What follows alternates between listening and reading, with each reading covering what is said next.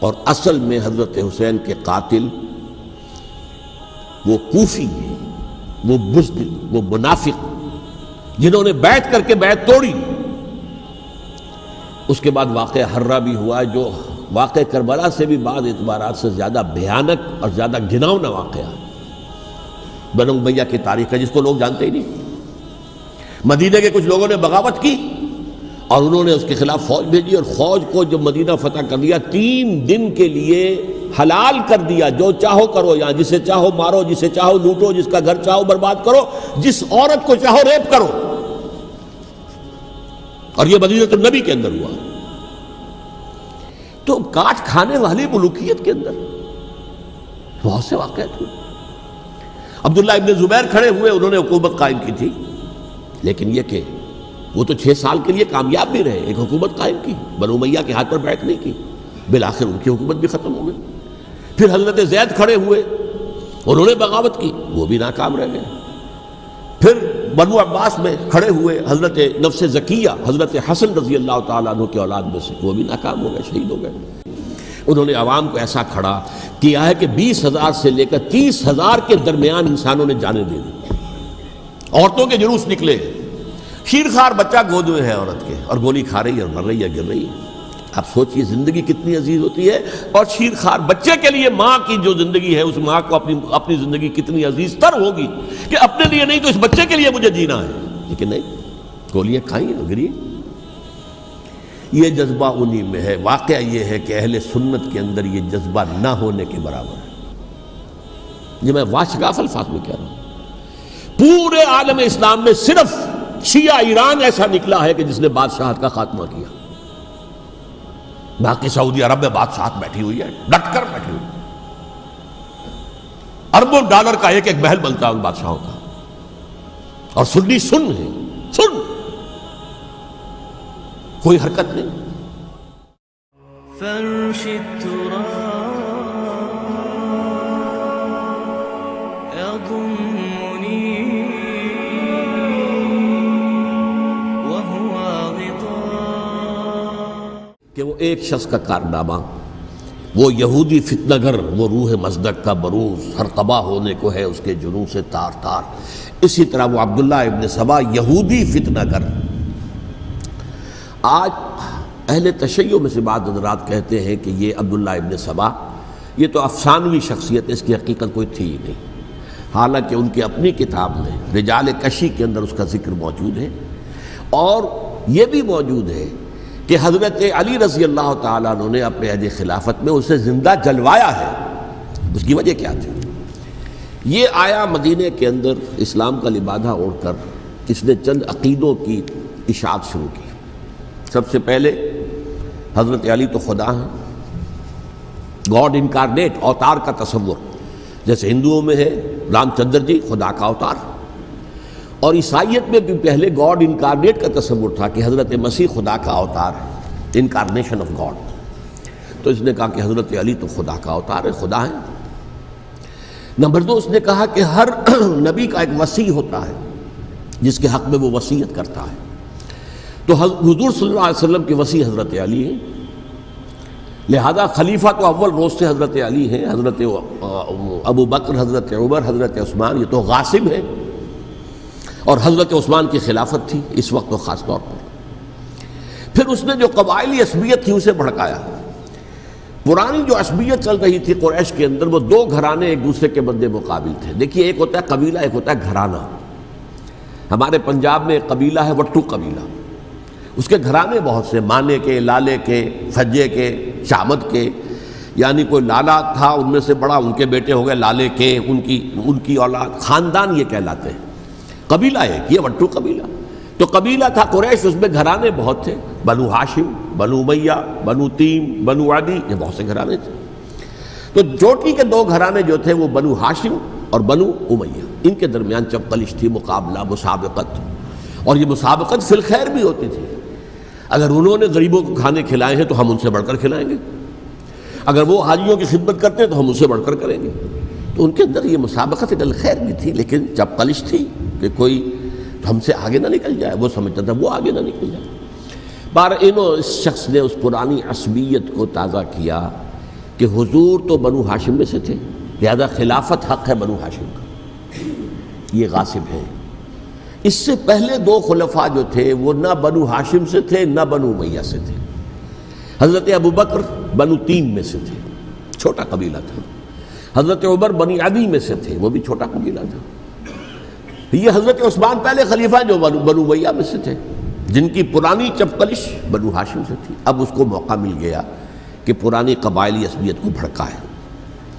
یہ ہے اصل میں اس فتنے کا پس منظر عبداللہ ابن سبا نے جو آ کر پھیلایا ہے، اور اس کی تفصیل میں اس وقت میں نہیں جا سکتا، کیسے یہ فتنہ پروان چڑھا، کیا انہوں نے اسٹریٹجی اختیار کی کہ یہ کیا کرتے تھے، گروہ بنا کر بھیجتے تھے لوگوں کو، کوفے میں جاؤ تو وہاں پر دمشق کے گورنر کے خلاف اور مصر کے گورنر کے خلاف الزامات لگاؤ، اس نے یہ کیا، وہ غبن کر گیا، وہ یہ کر گیا، وہ خیانت کر رہا ہے، وہ رشتہ داروں کو پال رہا ہے، اور عثمان کے خلاف بھی تقریریں کرو رضی اللہ تعالیٰ عنہ۔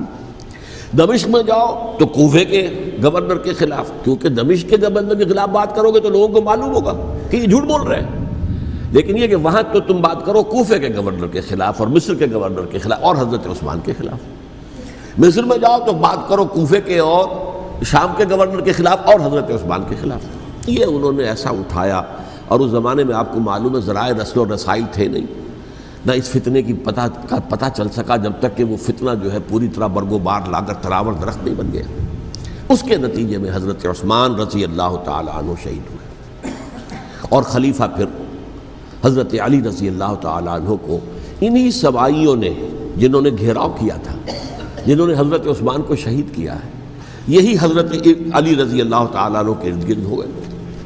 اور حضرت علی رضی اللہ تعالیٰ عنہ بھی نہیں چاہتے تھے خلافت کی بیعت لینا، لیکن آخر کیا کرتے؟ کیا وہ امت کو بغیر خلیفہ کے چھوڑ دیتے؟ حضرت زبیر سے کہا گیا، انہوں نے نہیں مانا، رد کر دی بات۔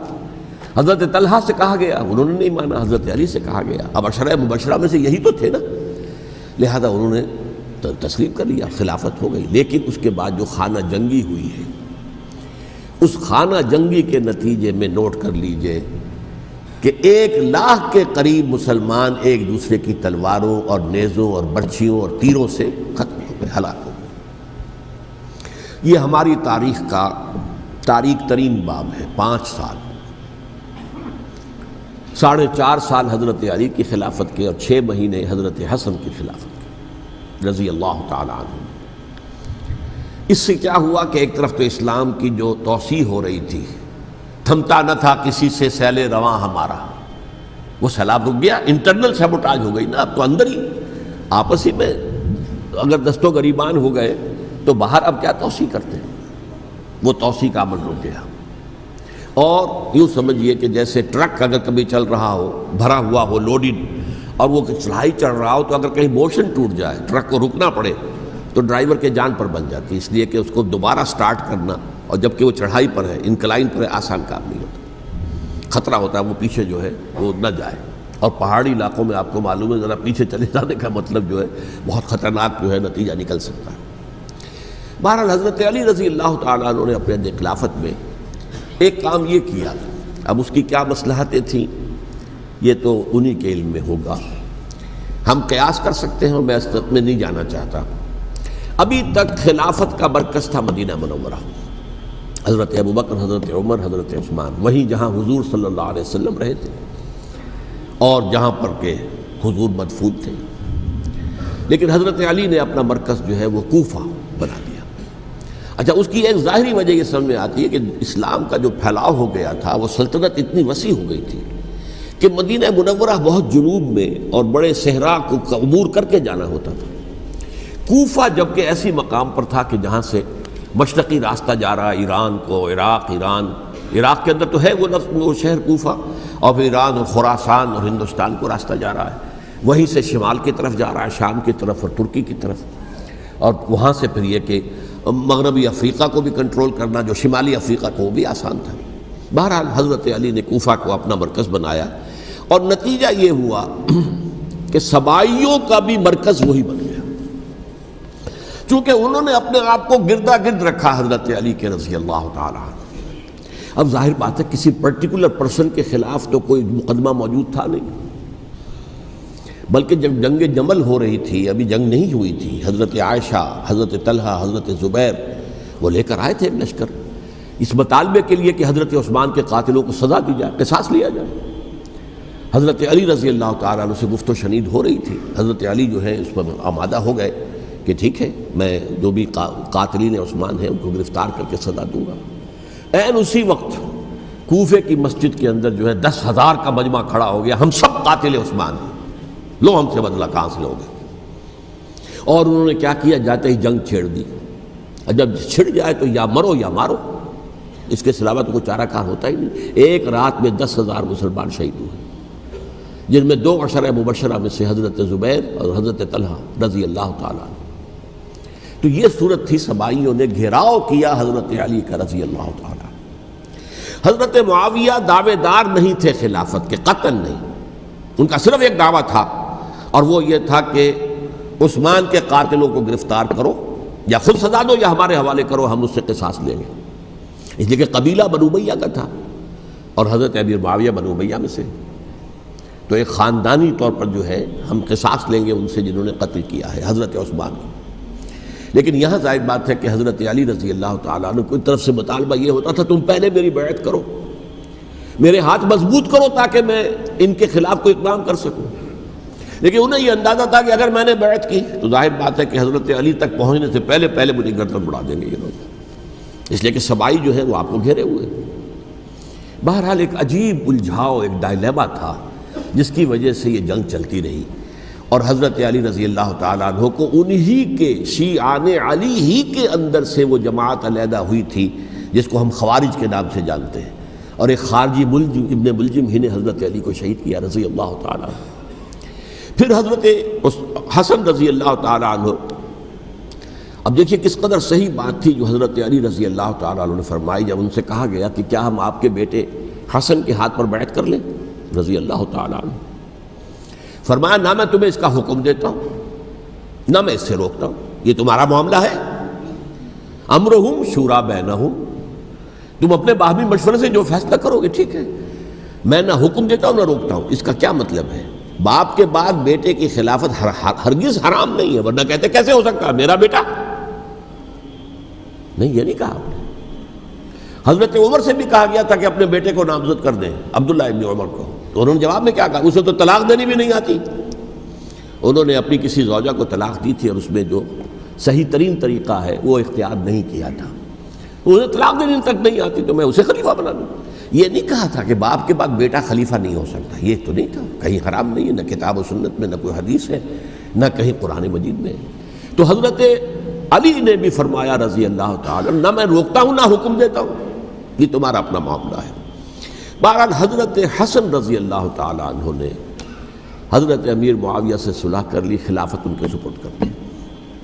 دیکھیے میں حضرت ابوبکر، حضرت عمر، حضرت عثمان، حضرت علی کے ساتھ حضرت حسن کے دور خلافت کو بھی خلافت راشدہ میں سے سمجھتا ہوں، اور تبھی 30 سال پورے ہوتے ہیں اس حدیث کے مطابق کہ حضور نے فرمایا خلافت 30 برس رہے گی پھر ملوکیت آ جائے گی۔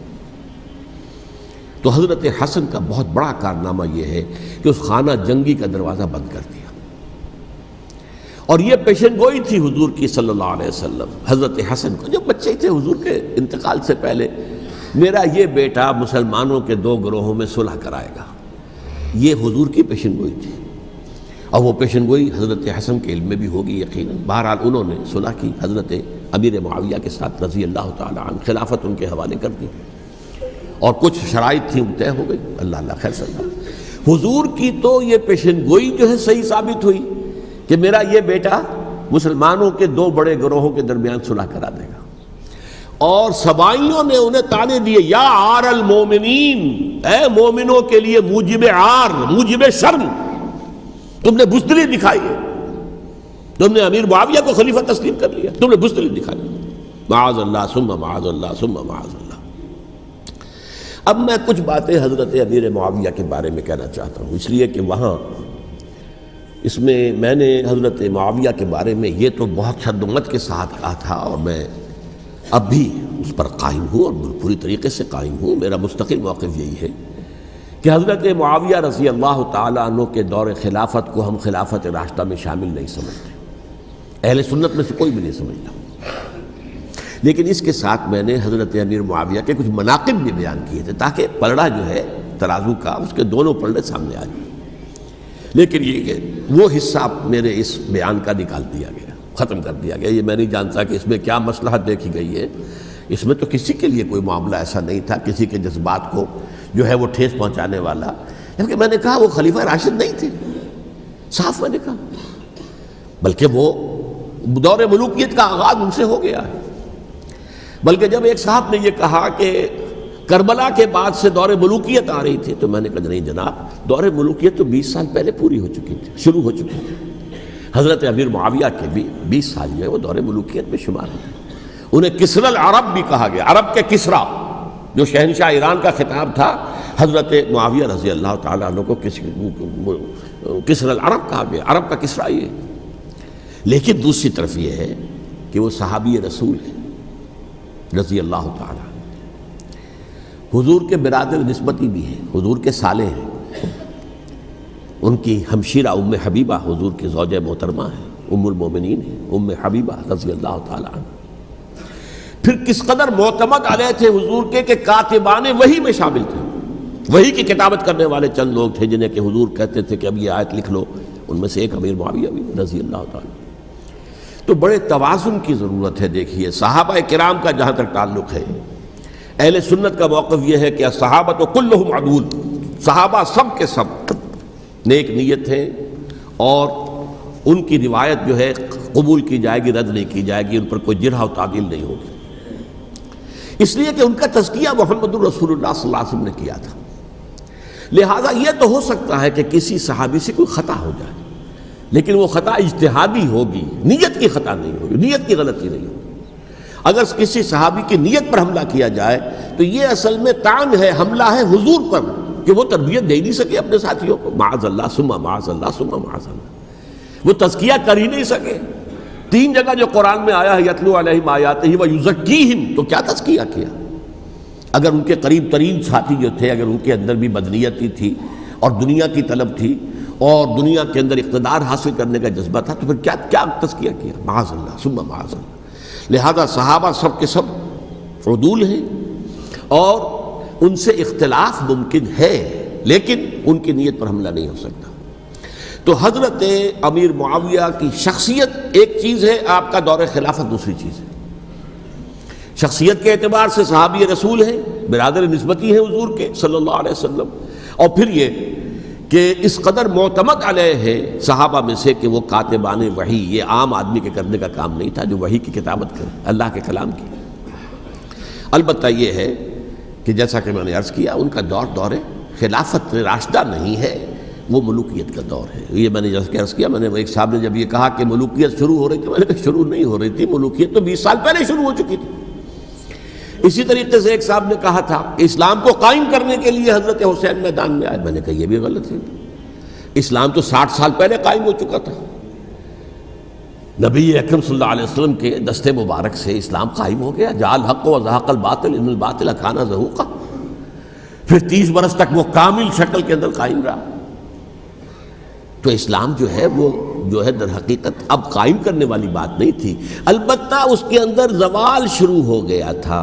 اس زوال کے عمل کو روکنے کے لیے حضرت حسین میدان میں آئے. یہ ایک چیز کو صحیح تاریخی پرسپیکٹو میں رکھنا. تو جس طرح سے دین کو قائم کرنے کے لیے قائم تو کیا محمد رسول اللہ صلی اللہ علیہ وسلم والذین معہ رضی اللہ تعالیٰ عنہ، انہوں نے کیا تھا. ہاں اب جو ہے وہ اپنی اس شاندار حیثیت سے نیچے گرنے لگا تھا. وہ میں بعد میں عرض کروں گا کہ میں نے اسے کیا عرض کیا تھا کہ یہ اس زوال کو روکنے کے لیے کسی طریقے سے یہ اپنی اصل حقیقت میں قائم رہے. یہ حضرت حسین رضی اللہ تعالیٰ عنہ کے سعی تھے. اچھا، حضرت امیر معاویہ کے جو 20 سال ہیں وہ پورے امن، سکون، اطمینان، کوئی جھگڑا، کوئی فساد، کوئی اختلاف، کوئی باہمی خاندانی، کچھ نہیں. 20 سال. یہ بھی تاریخ کی بڑی چشم کشا حقیقت ہے جو عام طور پر لوگوں کے علم میں نہیں ہے. سبائی بھی دبکے رہے. حضرت امیر معاویہ کی حکومت اتنی مضبوط تھی، کنٹرول، کہ ان کو کچھ سر اٹھانے کا موقع نہیں ملا. موجود تھے، دبکے رہے. جیسا کہ میں نے کہا ریولوشن کے آخری مرحلے پر آ کر جو مخالفین ہیں وہ دب جاتے ہیں کہ پھر دیکھیں گے، موقع ملے گا تو پھر لیں گے ان سے حساب کتاب۔ 20 سال رہے ہیں پورے امن کے، 10 سال کے بعد یعنی درمیان میں ہے حضرت امیر معاویہ کا عہد خلافت۔ ایک صحابی جو کہ بزرگ صحابہ میں سے ہیں، مغیرہ ابن شعبہ رضی اللہ تعالی عنہ، وہ آتے ہیں اور وہ کہتے ہیں کہ دیکھیے امیر المومنین، کتنی بڑی خانہ جنگی رہی تھی مسلمانوں کی آپس میں، اور اب بھی اگر آپ کسی کو نامزد کیے بغیر چھوڑ گئے امت کو تو پھر خانہ جنگی ہو جائے۔ 1 لاکھ اس وقت جو ہے وہ ہلاک ہوئے تھے، نہ معلوم اب کتنے ہلاک۔ لہٰذا آپ اپنی زندگی ہی میں نامزد کر دیجئے کسی کو خلیفہ، ولی عہد بنا دیجئے۔ حضرت امیر معاویہ نے ابتداءً جو ہے انکار کیا نہیں، لیکن ان کے دلائل ایسے تھے وزنی، اور میں سمجھتا ہوں کہ وہ بات صحیح تھی جو مغیرہ ابن شعبہ نے کہی، اس لیے کہ اب صحابہ کرام میں سے جو کبار صحابہ تھے وہ تو سب دنیا سے رخصت ہو چکے تھے۔ اب تو یا صغار صحابہ رہ گئے تھے جو حضور کے زمانے میں بچے تھے، حضرت حسن، حضرت حسین، عبداللہ ابن زبیر، یہ بچے ہی تھے نا، یا تو وہ تھے، اور یا بالکل نو مسلم تھے، اور نو مسلموں میں بڑی تعداد وہ تھی جو ایرانیوں کی تھی، شامیوں کی تھی، ادھر کی تھی، تو ان کو تو ظاہر بات ہے کہ تربیت نبوی سے کیا خلافت راشدہ سے بھی اکثر و بیشتر کو کوئی حصہ ملا ہی نہیں۔ تو اس صورت میں اب وہ اعلیٰ ترین معیار پر حکومت کے نظام کو قائم کرنا ممکن نہیں ہے۔ کوئی قبائلی عصبیت جب تک حکومت کی پشت پر نہیں ہوگی، حکومت مستحکم نہیں ہوگی۔ یہ گویا کہ ایک جس کو کہتے ہیں کہ حقیقت بینی، واقعیت پسندی، ایک آئیڈیلزم ہے اور ایک ریئلزم ہے کہ آپ فیکٹس آن دی گراؤنڈ کو غور کریں، سوچیں اس کے اوپر اور پھر کوئی فیصلہ کریں۔ اس اعتبار سے پھر حضرت امیر معاویہ نے بات مان لی اور بیعت لے لی لوگوں سے حضرت یزید کے لیے کہ یہ خلیفہ ہوں گے میرے بعد، اس کو ولی عہدی کہتے ہیں۔ اچھا، اس وقت 5 افراد ایسے تھے کہ جنہوں نے اس سے اختلاف کیا، یہ بات بہت اہم ہے۔ میرا کتابچہ ہے سانحہ کربلا، اس کے کچھ نسخے آج یہاں ہوں گے، آپ لوگ پڑھیے اسے غور سے اور پھیلائیے تاکہ حقیقت سامنے آئے۔ 5 افراد کون تھے جو ہونے چاہیے؟ ابو بکر فوت ہو گئے، ان کے بیٹے عبد الرحمن ابن ابی بکر۔ عمر فوت ہو گئے، ان کے بیٹے عبداللہ ابن عمر۔ عباس فوت ہو گئے، ان کے بیٹے عبداللہ ابن عباس۔ زبیر فوت ہو گئے، ان کے بیٹے عبداللہ ابن زبیر۔ اور حضرت حسن جو ہے ان کا انتقال ہو چکا تھا، حضرت علی کے بیٹے حضرت حسین رضی اللہ تعالی عنہ مجمعین۔ حضرت حسن کے بارے میں ایک فریق کا کہنا یہ ہے کہ انہیں زہر دے کر ہلاک کیا گیا، اہل تشیع کا قول یہ ہے، جبکہ اہل سنت کہتے ہیں کہ نہیں، وہ اپنی جو بھی طبی موت تھی اس سے ان کی وفات۔ لیکن میں اس میں نہیں جانا چاہتا، اس لیے کہ یہ مائکرو ہسٹری جو ہے نا، وہ تو ایک واقعے کے لیے ادھر کی روایات کیا، ادھر کی کیا ہیں، ان کے پاس کیا دلائل، ان کے پاس یہ تو کسی ریسرچ اسکالر کا موضوع ہے، میرا موضوع نہیں ہے۔ لیکن بہرحال یہ 5 حضرات تھے جنہوں نے ولی عہدی کی بیعت نہیں کی، لیکن حضرت معاویہ اتنے حلیم الطبع انسان تھے، انہوں نے جبر نہیں کیا، کوئی تشدد نہیں کیا۔ ٹھیک ہے، ولی عہدی کی بیعت نہیں کر رہے، کوئی بات نہیں، میری بیعت تو کی ہوئی ہے نا، ابھی تو میں زندہ ہوں، بات ختم ہو گئی، میری بیعت کو تو نہیں توڑا انہوں نے، فسخ بیعت نہیں کی۔ اس اعتبار سے انہوں نے نہ کوئی تشدد کیا، نہ جبر کیا، نہ کوئی مواخذہ کیا۔ لیکن جب امیر معاویہ کا انتقال ہو گیا، اب ولی عہدی کی بجائے وہ اب خلافت کی بیعت ہوئی، سب لوگوں نے بیعت کر لی۔ ان 5 میں سے ایک فوت ہو چکے تھے، حضرت عبد الرحمن ابن ابی بکر فوت ہو چکے رضی اللہ تعالی۔ 4 تھے، ان 4 میں ایک اختلاف ہوا۔ 2 کی رائے یہ تھی، عبداللہ ابن عمر، عبداللہ ابن عباس، کہ اگرچہ یہ کام غلط ہوا ہے، اسلام کی روح کے منافی ہوا ہے، یہ بادشاہت کی بنیاد پڑ رہی ہے، لیکن یہ بات ایسی نہیں ہے کہ اس کی بنا پر ہم خانہ جنگی شروع کروا دیں، امت کے اندر خون خرابہ کروائیں، فساد کروائیں۔ لہذا انہوں نے بیعت کر لی۔ اب کوئی اگر یہ کہے معاذ اللہ کہ وہ بک گئے تھے یزید کے ہاتھ میں، معاذ اللہ ثم معاذ اللہ، وہی بات آپ اختلاف کر سکتے ہیں کہ انہیں نہیں کرنی چاہیے تھی، یہ کوئی رائے رکھے، مجھے اختلاف نہیں، لیکن ان کی نیت پر حملہ کریں گے تو حملہ محمد رسول اللہ پر ہوگا صلی اللہ علیہ وسلم۔ عبداللہ ابن عمر کون ہیں؟ کتنی حدیثیں ان سے جو ہے وہ منقول ہیں، عبداللہ ابن عباس کون ہے؟ جنہیں حضور نے جو ہے جن کے لیے دعا کی تھی، اے اللہ فقہہ فی الدین وعلمہ التاویل، اے اللہ اس نوجوان کو دین کا فہم عطا کر اور قرآن کی تاویل اور تفسیر کا علم عطا کر۔ حبر الامہ کہلاتے ہیں۔ وہ کہیں پیسوں اور ٹکوں کے عوض بک جانے والے نہیں تھے، انہوں نے امت کی مصلحت دیکھی، نیت جو ہے اس پر حملہ نہ کیجیے، البتہ اختلاف کا حق آپ کو حاصل ہے۔ دو حضرات جو ہے ڈٹے رہے کہ نہیں، ہمیں کم وقت میں ریزسٹ کرنا ہے۔ عبداللہ ابن زبیر عمر کے اعتبار سے وہ بڑے ہیں، مسلمانوں میں سب سے پہلے ولادت مدینے میں جا کر جو ہوئی ہے وہ عبداللہ ابن زبیر کی ہوئی ہے۔ ہجرت کر کے جب مہاجرین وہاں پہنچے، کچھ عرصے تک کسی کے ہاں کوئی اولاد نہیں ہوئی، تو لوگوں نے تانے دینے شروع کر دیے کہ معلوم ہوتا ہے کہ یہاں آ کر یہ مکے کے رہنے والے جو ہیں کمزور ہو گئے ہیں، ان کے ہاں اولاد ہی نہیں ہو رہی۔ پھر عبداللہ ابن زبیر کی ولادت ہوئی ہے، یہ حضرت ابو بکر کے نواسے ہیں، حضور کی زوجہ محترمہ حضرت عائشہ کی بہن حضرت دیکھیے ابھی نام نکل گیا ہے جی، حضرت اسماء رضی اللہ تعالی عنہا عنہما، یہ ان کے صاحبزادے ہیں، حضرت زبیر کے بیٹے۔ ان کا فیصلہ ہوا کہ ہمیں ریزسٹ کرنا ہے کم وقت میں، ایٹ اینی کاسٹ۔ حضرت حسین ابن علی رضی اللہ تعالی عنہما کا بھی فیصلہ ہوا کہ ہمیں ریزسٹ کرنا ہے کم وقت میں۔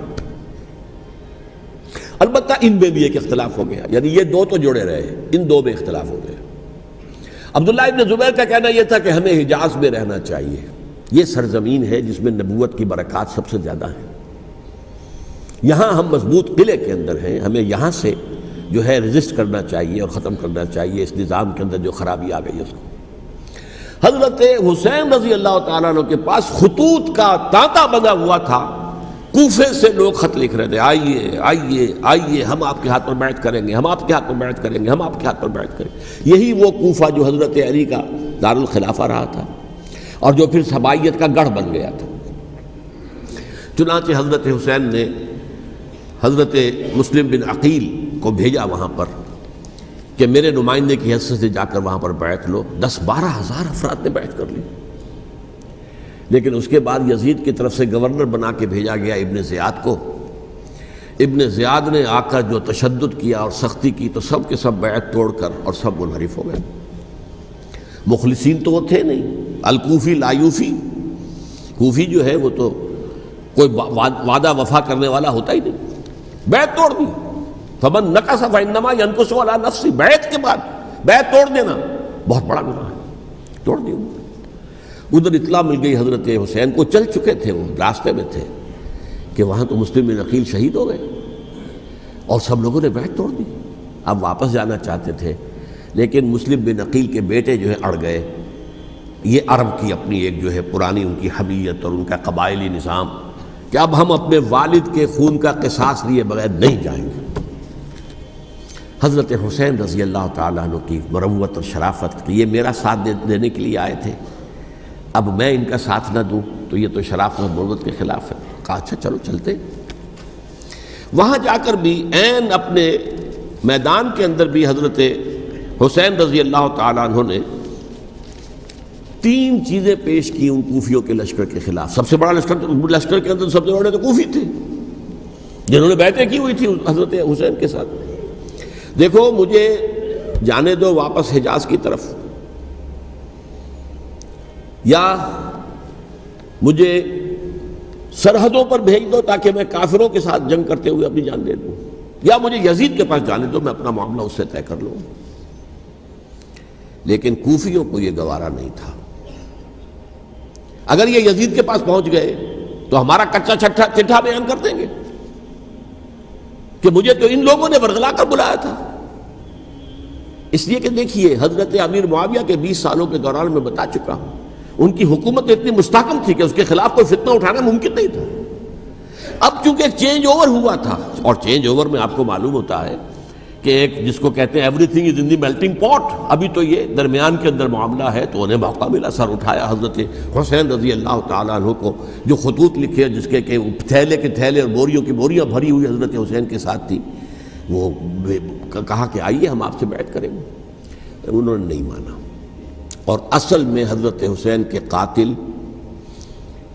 وہ کوفی ہیں، وہ بزدل، وہ منافق، جنہوں نے بیعت کر کے بیعت توڑی، اور اب وہ آ گئے کہ اگر یہ حسین رضی اللہ تعالیٰ عنہ بچ کر کہیں یزید کے پاس پہنچ گئے تو پھر ہمارا کچا چٹھا جو ہے وہ سامنے آ جائے گا اور ہماری پھر شامت آ جائے گی، لہذا انہوں نے قتل کیا حضرت حسین کو رضی اللہ تعالیٰ عنہ۔ ایک بات جو علامہ ڈاکٹر قلب صادق نے فرمائی، اور میرے علم میں یہ بات پہلے نہیں تھی، وہ یہ کہ حضرت حسین کے قتل کا فتویٰ ایک بہت بڑے مفتی نے دیا تھا۔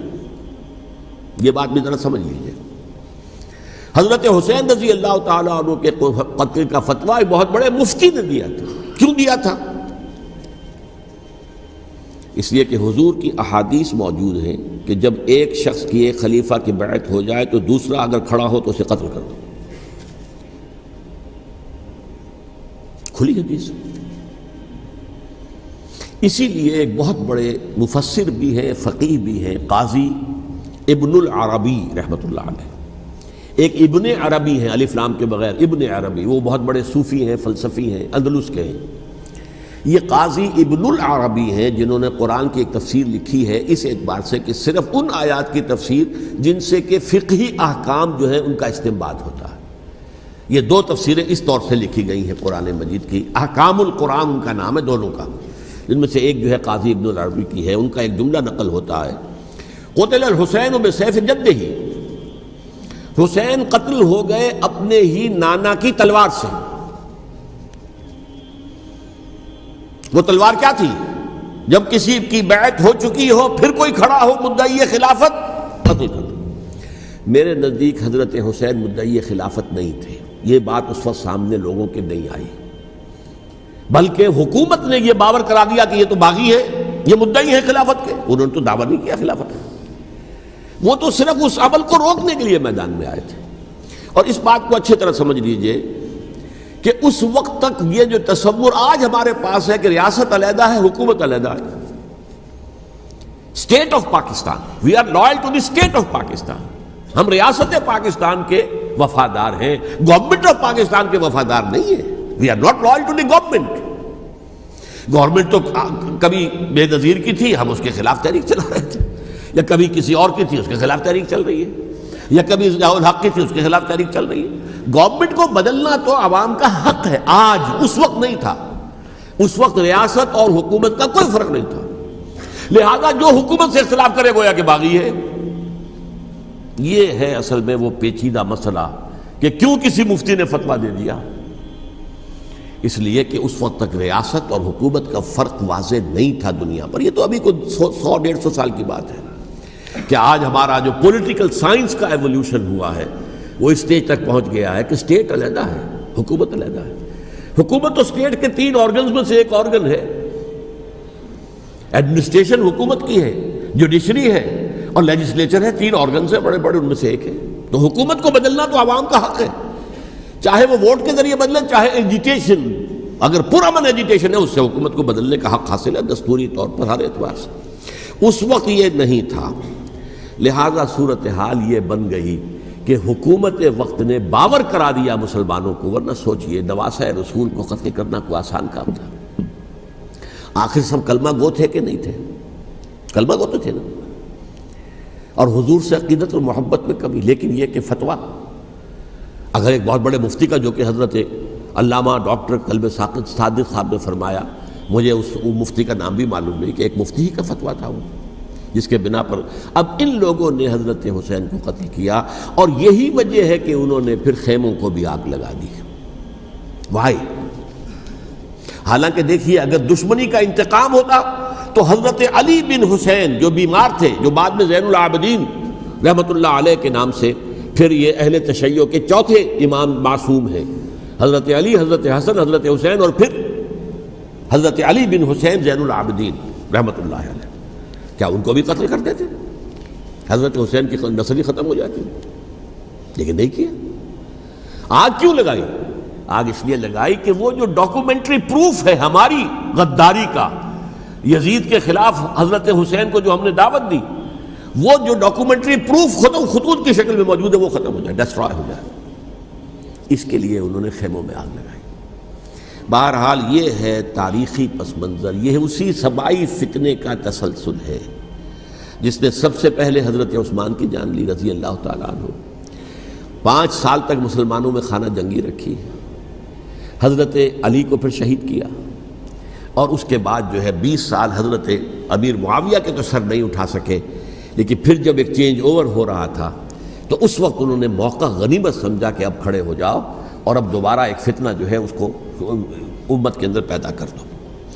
اچھا، اس معاملے میں ایک بات جو میں نے وہاں کہی کہ ہمارے ہاں شاعرانہ جو مبالغہ آمیزی ہے، یہ میری گفتگو کا حصہ انہوں نے حذف کر دیا ہے، اور میں نے ایک سنی شاعر، بہت بڑے عالم، جن کے حوالے سے آج بھی میری تقریر ہوگی خالق جناح ہال میں، مولانا محمد علی جوہر کے ایک شعر کے حوالے سے کہا کہ قتل حسین اصل میں مرگ یزید ہے، اسلام زندہ ہوتا ہے ہر کربلا کے بعد۔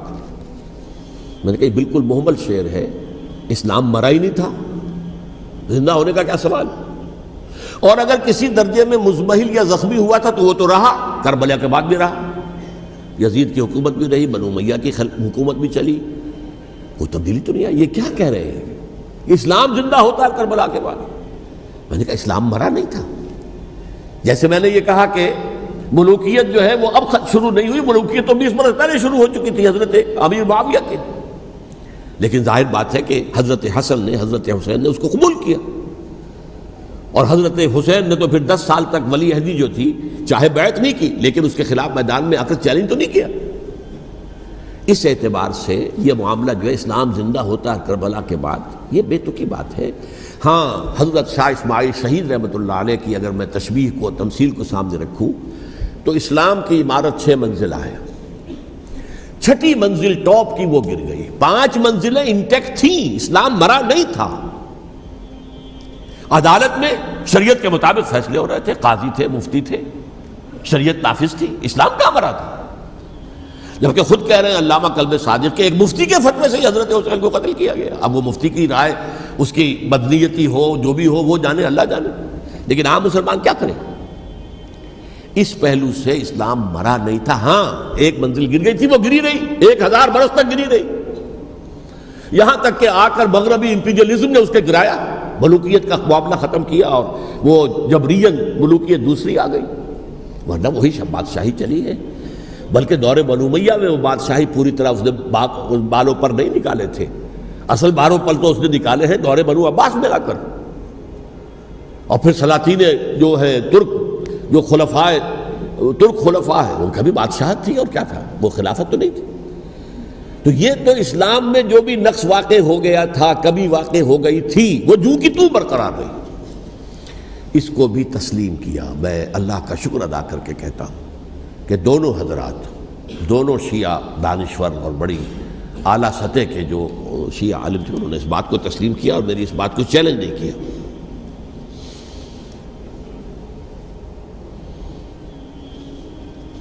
اصل میں تیسری بات میں نے یہ کہی کہ دیکھیے حضرت حسین رضی اللہ تعالی عنہ کی اس شہادت کے بعد، اس کے بعد واقعہ حرہ بھی ہوا، جو واقع کربلا سے بھی بعض اعتبارات سے زیادہ بھیانک اور زیادہ گھناؤنا واقعہ بنو امیہ کی تاریخ ہے، جس کو لوگ جانتے ہی نہیں۔ مدینہ کے کچھ لوگوں نے بغاوت کی اور انہوں نے اس کے خلاف فوج بھیجی، اور فوج کو جب مدینہ فتح کر دیا، 3 دن کے لیے حلال کر دیا، جو چاہو کرو، یہاں جسے چاہو مارو، جسے چاہو لوٹو، جس کا گھر چاہو برباد کرو، جس عورت کو چاہو ریپ کرو، اور یہ مدینہ النبی کے اندر ہوا۔ تو کاٹ کھانے والی ملوکیت کے اندر بہت سے واقعات ہوئے۔ عبداللہ ابن زبیر کھڑے ہوئے، انہوں نے حکومت قائم کی تھی، لیکن یہ کہ وہ تو 6 سال کے لیے کامیاب بھی رہے، ایک حکومت قائم کی، بنو امیہ کے ہاتھ پر بیعت نہیں کی، بالآخر ان کی حکومت بھی ختم ہو گئی۔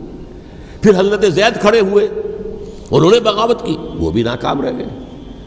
پھر بنو عباس میں کھڑے ہوئے حضرت نفس زکیہ، حضرت حسن رضی اللہ تعالیٰ عنہ کے اولاد میں سے، وہ بھی ناکام ہو گئے، شہید ہو گئے۔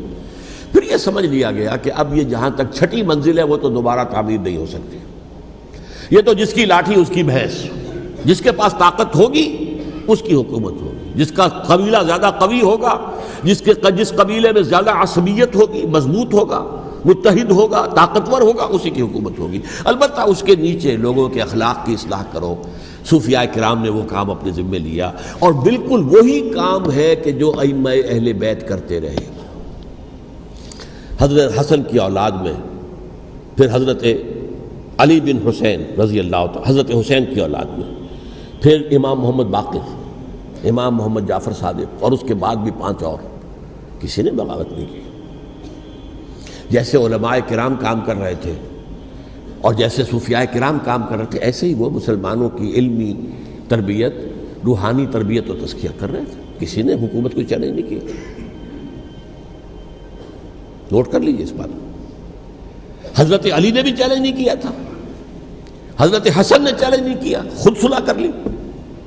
تو ائمہ اہل بیت جو 12 یہ گنتے ہیں، جن میں سے آخری جو ہیں حضرت مہدی کو تو ابھی ظاہر ہونا ہے، ان کے عقیدے کے مطابق وہ روح پوش ہیں، وہ ظاہر ہوں گے، لیکن 11 حضرات کے بارے میں یہ کہ حضرت حسین کے سوا کسی نے بھی چیلنج نہیں کیا وقت کے نظام میں، اور حضرت حسین نے بھی اس مغالطے پر کیا کہ کوفی ساتھ دیں گے، اور یہ موقع ہے کہ یہ جو 6ٹھی منزل اسلام کی گر گئی ہے اسے دوبارہ تعمیر کر دیا جائے۔ انہوں نے خلافت کا دعویٰ نہیں کیا تھا، یہ انہیں عوام کو مغالطے میں مبتلا کیا گیا کہ یہ خلافت کا مدعی ہو کر سامنے آیا۔ جیسا کہ میں نے آپ سے کہا تھا، امیر معاویہ نے حضرت علی کے عہد خلافت میں کبھی خلافت کا دعویٰ نہیں کیا، مدعی خلافت نہیں تھے وہ تو یہ کہتے تھے کہ قاتلان حسین جو ہے، قاتلان عثمان کو سزا دو، قصاص دو، بس۔ اسی طرح حضرت حسین نے بھی، اب دیکھیے اس ضمن میں اس میں کوئی شک نہیں ہے، حضرت حسین رضی اللہ تعالی عنہ کی جو شہادت ہوئی ہے، ان کے ساتھیوں کی، اعزاء و اقارب کی، تاریخ انسانی میں یہ عزم، ہمت، شجاعت، مثابرت، صبر، استقلال، استقامت، اس کی بہت روشن مثال ہے، بہت روشن مثال ہے، بہت روشن مثال ہے، لیکن اس سے تاریخ کی رفتار پر کوئی اثر نہیں پڑا۔ وہ جو ملوکیت آ گئی تھی وہ اور گہری سے گہری ہوتی چلی گئی۔ واقعہ کربلا کے بعد تو واقعہ ہررا ہوا میں نے گنوا دیا آپ کو، اس سے زیادہ تو میرے خیال میں کہ اور ہمارے لیے لائق شرم جو ہے کوئی واقعہ ہے ہی نہیں اس پہلو سے۔ لیکن حضرت حسین کا ایک، اب ان کو یہ کہ میں، مطلب یہ کہ اگر میں ان کے ہاتھ پر بیعت کر لیتا ہوں، جو کہ اس وقت سامنے موجود تھے، کہ یزید کی بیعت تمہارے ہاتھ پر کرتا ہوں، تو گویا کہ اپنے آپ کو سرنڈر کر دیتے ہیں۔ وہی خطرہ جو امیر معاویہ کو تھا کہ مجھے وہ تو پہنچنے بھی نہیں دیں گے علی تک رضی اللہ تعالیٰ عنہ، اور مجھے پہلے ہی شہید کر دیں گے، یہی خطرہ حسین کو تھا رضی اللہ تعالیٰ عنہ کہ مجھے یزید تک پہنچنے نہیں دیں گے، پہلے ہی قتل کر دیں گے۔ اور ویسے بھی یہ ایک شرافت، مروت اور حمیت اور غیرت اور عزت نفس کا تقاضا بھی تھا کہ بھائی معاملہ ہے یزید کا، میرا مجھے وہاں جانے دو، اللہ اللہ خرسلہ، یو کین اسکورٹ می، میرے دائیں بائیں چلو تاکہ میں کہیں اور بھاگ نہ جاؤں تمہارے خیال میں، مجھے وہاں پہنچا دو، میں وہاں پہ جا کے اس سے معاملہ کر لوں۔ لیکن انہوں نے قتل کیا، اصل قاتلان کوفی، وہی سبائی۔ البتہ یہ ہے کہ اس واقعے کی جو یادگار ہے اس میں کوئی شک نہیں ہے کہ اس نے مسلمانوں میں سے ایک گروہ کے دل میں قربانی اور شہادت کا جذبہ بہت پیدا کیا، اس میں کوئی شک نہیں۔ اور جس طریقے سے کہ عاشورہ محرم میں یاد منائی جاتی ہے، جس طریقے سے اس نے اہل تشیع کے اندر قربانی کا جذبہ بے انتہا پیدا کر دیا، اگرچہ وہ جذبہ بروئے کار نہیں آتا، اس لیے کہ ان کے ہاں یہ عقیدہ ہے، یہ طے ہے کہ جب تک حضرت مہدی ظاہر نہیں ہوں گے ہم کسی کے خلاف بغاوت نہیں کریں گے۔ یہ پوری تاریخ میں ان کا معاملہ رہا، تمام جو ہے ائمہ اہل بیت کا معاملہ رہا، جب تک مہدی نہیں آتے keep sitting and keep waiting, wait and see, that's all. یہ تو خمینی صاحب نے کیا ہے، آیت اللہ خمینی صاحب نے، کہ انہوں نے یہ ایران کے شیعوں کو باور کرایا کہ بھائی جب آئیں گے حضرت مہدی آ جائیں گے، لیکن ہم اب ہاتھ پر ہاتھ رکھ کر بیٹھے رہیں، باطل کو چیلنج بھی نہ کریں، ہمیں کچھ تو کرنا چاہیے، وہ ہاتھ پاؤں ہلانے چاہیے، اور کچھ نہیں تو مہدی کا راستہ جو ہے صاف کرنا چاہیے، تمہید کرنی چاہیے، ان کے راستہ ہموار کیا جائے۔ تو یہ ان کی بڑی عظمت ہے آیت اللہ خمینی صاحب کی کہ اہل تشیع ایران کے جو ہے ان سے انہوں نے یہ بات منوا لی کہ ہم بالکل انرٹ نہیں بیٹھے رہیں گے، بلکہ اب انہیں نائب امام قرار دے کر اور ولایت فقیہ کے فلسفے کے حوالے سے یہ دو چیزیں ان کی جو ہیں بنیادی فلسفے کی ہیں، وہ اس وقت میرا موضوع نہیں ہے۔ انہوں نے عوام کو ایسا کھڑا کیا ہے کہ 20,000 سے لے کر 30,000 کے درمیان انسانوں نے جانیں دے دی، عورتوں کے جلوس نکلے، شیرخوار بچہ گود میں ہے عورت کے اور گولی کھا رہی ہے اور مر رہی ہے، گر رہی ہے۔ آپ سوچئے زندگی کتنی عزیز ہوتی ہے، اور شیرخوار بچے کے لیے ماں کی جو زندگی ہے، اس ماں کو اپنی زندگی کتنی عزیز تر ہوگی کہ اپنے لیے نہیں تو اس بچے کے لیے مجھے جینا ہے، لیکن نہیں، گولیاں کھائیں اور گری۔ یہ جذبہ انہی میں ہے۔ واقعہ یہ ہے کہ اہل سنت کے اندر یہ جذبہ نہ ہونے کے برابر ہے۔ یہ میں واشگاف الفاظ میں کہہ رہا ہوں۔ پورے عالم اسلام میں صرف شیعہ ایران ایسا نکلا ہے کہ جس نے بادشاہت کا خاتمہ کیا، باقی سعودی عرب میں بادشاہت بیٹھی ہوئی ہے، ڈٹ کر بیٹھی ہوئی، اربوں ڈالر کا ایک ایک محل بنتا ہے ان بادشاہوں کا، اور سنی سن ہے، سن، کوئی حرکت نہیں۔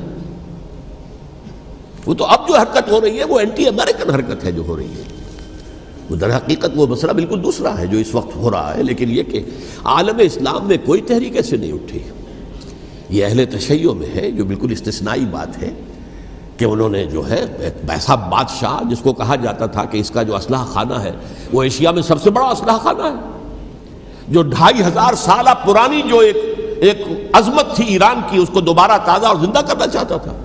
2500 سالہ برسی اس نے منائی تھی، اس کے لیے ایک شہر آباد کیا تھا کہ خسرو یا سائرس یا ذوالقرنین قرآن مجید کی اصطلاح میں اس کی یادگار بنائی تھی، اور وہ سوچ رہا تھا کہ وہی عظمت دوبارہ ایران کی ہوگی جو کہ خسرو کے زمانے میں تھی، جس کا قرآن مجید میں سورہ کہف کے اندر ذکر ہے، مشرقی فتوحات، مغربی فتوحات، شمالی فتوحات۔ تو وہ بادشاہ ہے، اس کو بھاگنا پڑا وہاں قربانی کی وجہ سے۔ تو یہ جو ہے واقعہ کربلا نے، اس میں کوئی شک نہیں ہے کہ ایک ایسی مشعل روشن کی ہے جس کو کہ ہر شخص کو دیکھنا چاہیے۔ یہ بھی انسان، جیسے کہ اقبال نے ایک شعر کہا تھا غالب کے لیے، فکر انسان پر تیری ہستی سے یہ روشن ہوا ہے، پرے مرغ تخیل کی رسائی تاک ہو جا۔ تو فکر انسان پر حضرت حسین کی قربانی سے یہ واضح ہوا ہے کہ انسان کس حد تک جا سکتا ہے قربانی دینے کے لیے اپنے کسی مقصد کے لیے۔ مقصد ان کا جو تھا، میں نے اسی لیے آیت پڑھی تھی، معاذ اللہ ثم معاذ اللہ۔ میں ایک آخری بات جو کہہ رہا ہوں وہ نوٹ کر لیجئے، ایک خاص انتہائی نقطۂ نظر کے عام کیے جانے کی وجہ سے سنیوں میں بھی ایک انتہائی رد عمل پیدا ہوا ہے، ایکسٹریم رائٹسٹ سنیز۔ اگر ایک طرف سے حملہ کیا گیا ہے حضرت عثمان کی نیت پر، ان کو خیانت کا الزام لگایا گیا، ان پر اقربا پروری کا الزام لگایا گیا، حضرت ابو موسیٰ اشعری پر خیانت اور غداری کا الزام لگایا گیا، یہ ساری چیزیں اگر صحابہ کرام کے اوپر ہوئی ہیں، امیر معاویہ پر، امیر اور عمرو بن العاص پر، تو جواب میں کچھ لوگ کھڑے ہو گئے، حضرت علی وہ اقتدار کے طالب تھے، معاذ اللہ ثم معاذ اللہ ثم معاذ اللہ۔ یہ اہل سنت کا موقف نہیں ہے۔ حضرت حسین اقتدار کے طالب تھے، ہرگز نہیں، ہرگز نہیں، ہرگز نہیں۔ وہی اصول جو میں نے بتایا تھا سب کے لیے لاگو رہے گا، وہ امیر معاویہ کے لیے ہے تو حضرت علی کے لیے بھی ہے، حضرت حسین کے لیے بھی ہے۔ یہ نیک نیت ہے، آپ ان کی کسی رائے سے اختلاف کر سکتے ہیں لیکن ان کی نیت پر حملہ نہیں کریں گے۔ نیت پر حملہ کریں گے آپ کا ایمان بالرسالت جو ہے وہ بدبو ہو جاتا ہے۔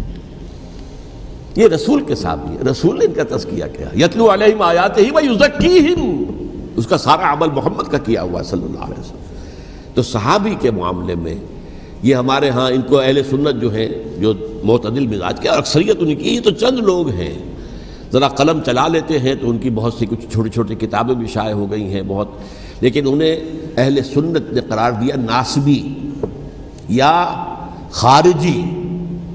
جیسے خوارج نے کہا تھا حضرت علی بھی کافر ہے اور حضرت امیر معاویہ بھی کافر ہے، حضرت عمرو بن العاص بھی کافر ہے، معاذ اللہ ثم معاذ اللہ۔ ایسے ہی کچھ لوگ حضرت حسین پر بھی الزام لگاتے ہیں کہ اقتدار کی ہوس اور طلب کے اندر انہوں نے یہ سارا سفر کیا تھا، اور بس یہ ہے کہ وہ جو بازی تھی وہ ہار گئے، اللہ اللہ خیر صلی اللہ، اس سے آگے کیا ہے معاملہ؟ نہیں، معاذ اللہ ثم معاذ اللہ۔ اسی لیے میں نے آیت آج جو پڑھی تھی ایک اور جو بہت بظاہر آپ کو معلوم ہوئی ہوگی، غیر متعلق ہے میرے آج کے عنوان سے، تلک الدار الآخرۃ نجعلها للذین لا یریدون علوا فی الارض ولا فسادا۔ یہ سورہ قصص کے آخری آیات میں سے، دیکھو یہ آخرت کا گھر جو ہے وہ ہم خاص کر دیں گے ان لوگوں کے لیے جو اس زمین میں اپنے اقتدار کے طالب نہیں ہوتے. زمین میں اقتدار کے طالب ہو گے فساد ہو جائے گا. تم بھی طالب میں بھی طالب، جھگڑا ہوگا، لڑائی ہوگی، دنگا ہوگا، فساد ہوگا. تلک الدار الآخرۃ نجعلھا للذین لا یریدون علوا فی الارض ولا فسادا. جو لوگ زمین میں اپنے اقتدار کے طالب اور اس کے نتیجے میں فساد پیدا کرنے والے نہیں ہیں، ان کے لیے ہم نے آخرت کا گھر خاص کیا ہے. والعاقبۃ للمتقین، اور عاقبت جو ہے، انجام کار، آخرت جو ہے وہ تو متقیوں کے لیے ہے.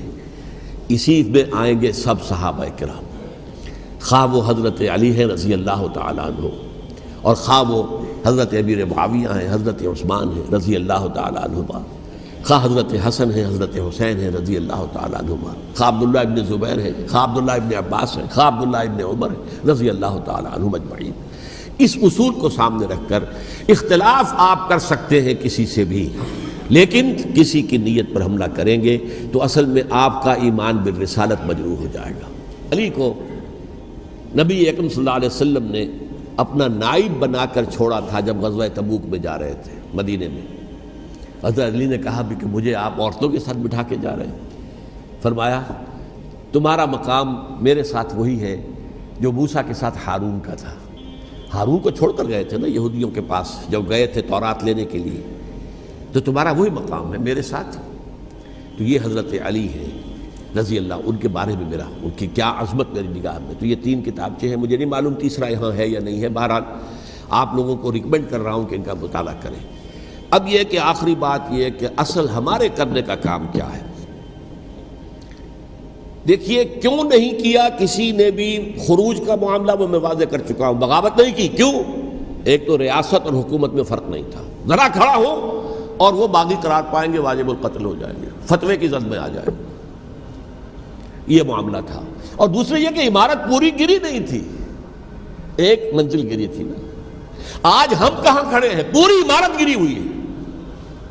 نہ شرعی عدالتیں ہیں، نہ شرعی فیصلے ہیں، نہ احکام الہی نافذ ہیں، نہ حدود اور قصاص کے معاملات، کچھ بھی نہیں. ہمارا فرض کیا ہے؟ حضرت حسین کی مدح کرتے رہیے، تعریف کرتے رہیے، صحابہ کرام کی مدح کرتے رہیے، مدح صحابہ، اس کے لیے مجلسیں قائم ہو رہی. بھائی کر کیا رہے ہو؟ تھے تو آبا وہ تمہارے ہی، مگر تم کیا ہو؟ ہاتھ پر ہاتھ دھرے منتظر فردا ہو. تلک امۃ قد خلت لہا ما کسبت ولکم ما کسبتم.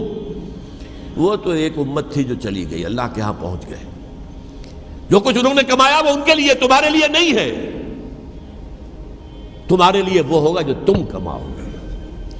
ہمارے لیے راستہ اب یہی ہے کہ خلافت راشدہ کے مکمل نظام کو اثر نو قائم کرنے کے لیے منہج انقلاب نبوی کو اختیار کریں.